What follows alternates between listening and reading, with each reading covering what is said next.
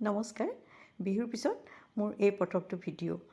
আজি এটা sweet dish বনাইছোঁ আৰু মোৰ দৰে আপোনালোকেও কেতিয়াবা ল'ৰা ছোৱালীয়ে যদি নেখায় কিছুমান বস্তু তেতিয়া এইদৰে কৰি চাব পাৰে। চাওকচোন মই কি বনাইছোঁ। এয়া গাজৰ দুটা পিহি ল'লোঁ আৰু এইফালে এতিয়া বিট এটাহে আছে। ল'ৰা ছোৱালীয়ে যদি কেঁচাকৈ গাজৰ বিট এইবিলাক খাবলৈ মন নকৰে তেতিয়া কেতিয়াবা এই ধৰণে কৰি চাব পাৰে আপোনালোকেও। মই কিন্তু এই ধৰণে মোৰ ছোৱালীকেইজনীক দিওঁ দেই, আৰু সেইবাবে ভাবিলোঁ আজি আপোনালোককো মই দেখুৱাওঁচোন মইনো কি কৰি তাহাঁতক খুৱাওঁ।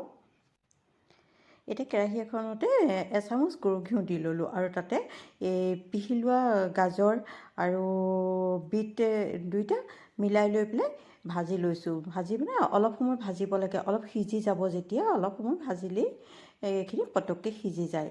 আৰু যে সিজি গ'লত চাওক ৰংটো বৰ ধুনীয়া হৈছে, দুইটা মিলি গ'ল নহয় যে সেইবাবে ৰংটো বৰ ধুনীয়া হৈছে।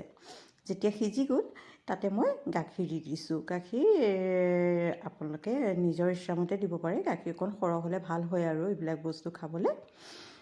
এয়া গাখীৰ দি পেলাই মই আকৌ এইখিনি সিজাই ল'লোঁ।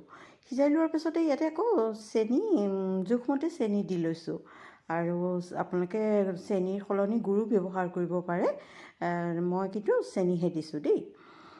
এয়া এইদৰে চেনি দিয়াৰ পিছতে ইয়াতে এতিয়া ড্ৰাই ফ্ৰুটছ কেইটামান আছিলে তাকো তাতে দি দিছোঁ, আৰু ইলাচি অকণমান গুড়ি কৰি লৈছোঁ, লৈ পেলাই তাত এতিয়া দি দিছোঁ, আৰু ঘিউ আকৌ এচামুচ দি দিছোঁ। তেতিয়া খাবলৈ পিছত দি দিলে ঘিউৰ গোন্ধটো ধুনীয়াকৈ ওলাই থাকে, সেইবাবে মই পিছত এচামুচ ঘিউ দি দিছোঁ। এই ধৰণে কৰিলে বনাবলৈও সহজ হয় আৰু খাবলৈও বৰ ভাল হয়।